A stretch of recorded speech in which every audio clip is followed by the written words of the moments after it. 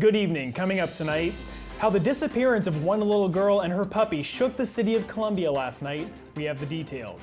The Gamecock men's basketball team suffered a close game last night against Alabama. Stay tuned for the game highlights. And finally, new changes concerning the election process for the university student body treasurer are underway. Stick around.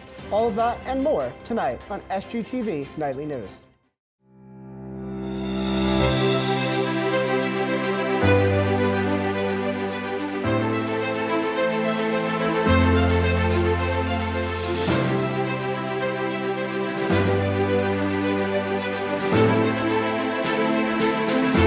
Live from the Kennedy Greenhouse studio, this is SGTV Nightly News. Good evening, Carolina. I'm Finn Carlin. And I'm Will Kronsberg. Thanks for joining us tonight. Fear and worry rippled throughout the city of Columbia last night as an Amber Alert was reported for the disappearance of 2-year-old Carly Folk and her dog at around 9 p.m. Carly, who was last seen in her mother's 2003 Lexus sedan, was reported to be missing after that same vehicle was stolen by a man in a gray hoodie, headed toward Fish Hatchery Road off of the Charleston Highway. After nearly 2 hours, Folk and her dog were found safe, according to authorities. Shaheem Phillips, reported to be the primary suspect in the abduction, was taken into custody around 4 p.m. earlier today and is not yet confirmed to be facing any charges. The South Carolina Fetal Heartbeat and Protection from Abortion Act cleared a major hurdle Tuesday when it passed the State House Judiciary Committee by a vote of 15-8. This legislation would likely outlaw South Carolina residents from terminating a pregnancy as early as 6 weeks after conception. At the urging of lawmakers on both sides, the legislation does include exceptions for pregnancies that result from rape, incest, or endanger the life of the mother. The bill passed the state Senate last month, and Governor Henry McMaster has vowed to sign it into law when it crosses his desk.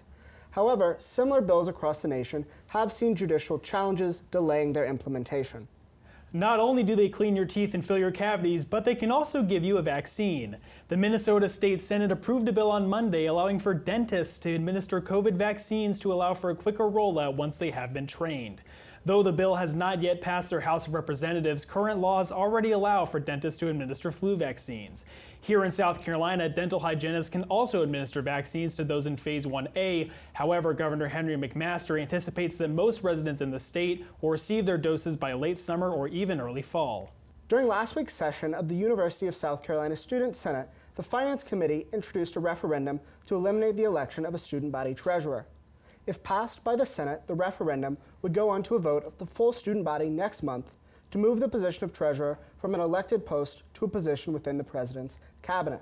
According to committee chairwoman Morgan McDonald, the change is meant to streamline the process for student organizations to obtain funding, while opponents of the bill say it will take away a directly elected voice for the student body.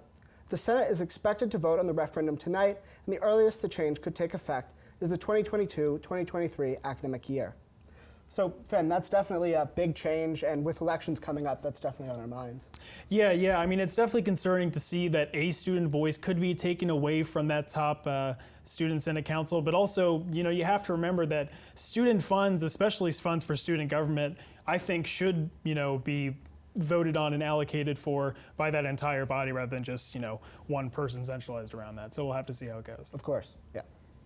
Well, coming up, we have the latest on Carolina sports from our sports analyst, Brianna Walton, so stick with us. Welcome back, everyone. The Gamecock men's basketball team took to the court last night against Alabama, but unfortunately did not walk away with the victory they were hoping for. Let's check in with News 4 sports analyst, Brianna Walton, to give us the details. Brianna? The Gamecocks men's basketball fell short to number 11 Alabama last night, 81-78. Alabama John Petty Jr. finished the game with 20 points as he led the Crimson Tide to a gritty victory. "I was going to do whatever it took to get a win," said Petty, who hit 3 three-pointers as well. The game was a back-and-forth affair, with the Gamecocks keeping things close against a heavily favored Crimson Tide. USC would rally and cut Alabama's lead to 1 point with 4 minutes left. Down 3 with 3 seconds left, the Gamecocks would settle for a Justin Minaya layup. USC fouled Alabama forward James Rajoy on the ensuring inbound pass, but Rajoy stayed cool and made both, stealing the game for the Crimson Tide. Despite the loss, A.J. Lawson continued to shine for the Gamecocks, finishing the game with a game high of 21 points. Carolina will hope to bounce back when they face Ole Miss at home Saturday at 6 p.m. The Dallas Mavericks owner Mark Cuban decided to stop playing the national anthem at home games. The national anthem is a pregame staple for American sports, but it has not been played in the American Airlines Center for the entire season. The Mavericks allowed fans for the first time on Monday's night's game. Until then, no one mentioned or even noticed the change. The NBA rulebook requires players to stand during the national anthem, but it says nothing about it not being played at all. NBA Commissioner Adam Silver has decided not to enforce the standing rule because he believes it is an emotional issue on both sides. NBA spokesman Tim Frank also gave his opinion on the matter. Under the unique circumstances of this season, teams are permitted to run their pregame operation as they see fit, Frank stated.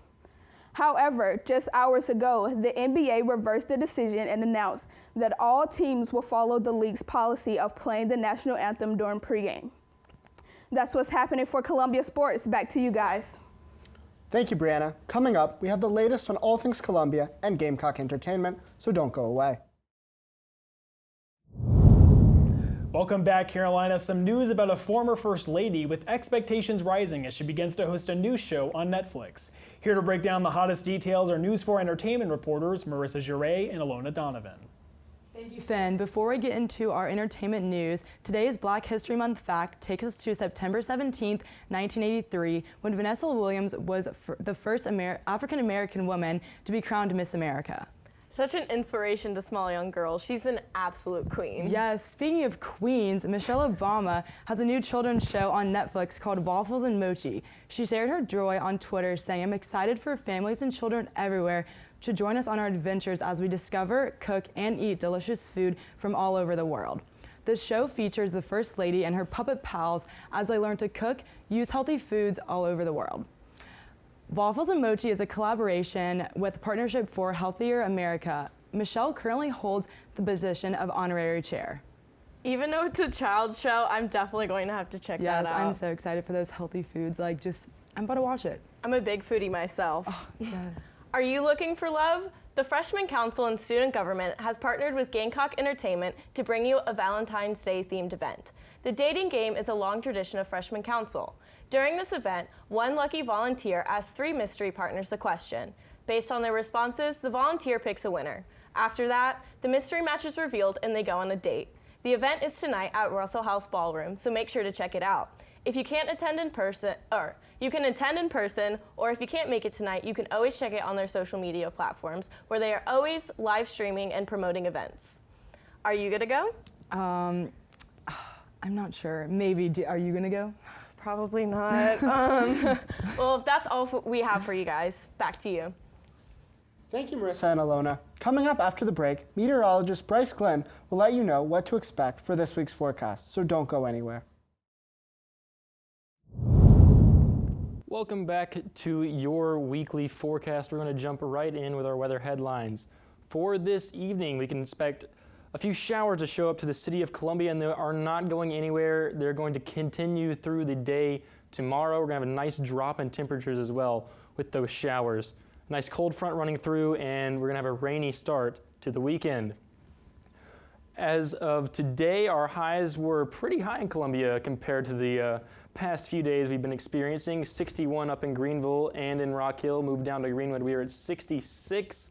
59 in Florence, 68 in Columbia here at home. Sumter, we were at 64 in Orangeburg as well. Highest in the state in Aiken at 72. A little bit cooler on the coast at 55 in Myrtle Beach, 61 in Charleston, and 61 as well in Hilton Head.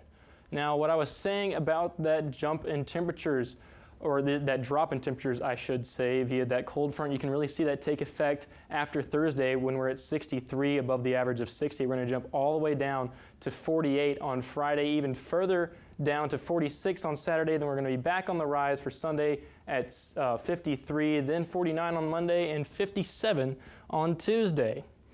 As of right now in Columbia, we are only at 57 degrees. There's not much of a wind chill. However, it is a little bit breezy out there with a northeast wind of 6 miles per hour. Our humidity is at 85%, mostly because of that rain we're about to experience. It's mostly cloudy out there right now. Local time 6:15 p.m. Our sunset was at 6:04. For the rest of this week, starting tomorrow, it's going to be nice, rainy, and warm. Friday, quite the opposite, rainy and cold at 48 degrees. Saturday will drop down to 46, like I said earlier, still rainy as usual for this week. Sunday, it's going to be 53 degrees. Monday will be 49, some more chance showers throughout the day there. Tuesday, more rain in the forecast at 57. So if you're going out at any point this week, you really need to bring your umbrella, bring your rain jacket, and or boots. We'll be right back. And finally tonight's edition of Carolina Canines features the brave little pup that went missing last night, along with 2-year-old Carly Folk. Although we do not know the name or breed of the dog in the picture, we can say with a sigh of relief that both the dog and Carly have been safe since being found early this morning by the Casey Police Department. Yeah, well, such a brave and such a cute little pup, and it's so scary to think that you could just be walking into some place and then right when you walk out, your car is gone and so are the passengers in it, and you just don't know what to do. Absolutely, and we're so glad that both the dog and the girl were found safely and healthy. So. Yep, and it's a great reminder that no matter where you go, whenever you leave that car, make sure to close the doors and lock them, and then roll the windows down if you're leaving any passengers to stay while you're inside. Absolutely. Well, that's all we have for you on tonight's edition of SGTV Nightly News. Be sure to follow us on Instagram, Twitter, and Facebook at SGTV at USC. To keep up with all of our content, be sure to also visit us online at sgtvonline.com. For SGTV Nightly News, I'm Finn Carlin. And I'm Will Kronsberg. From all of us here at SGTV, have a great night, Carolina, forever TV.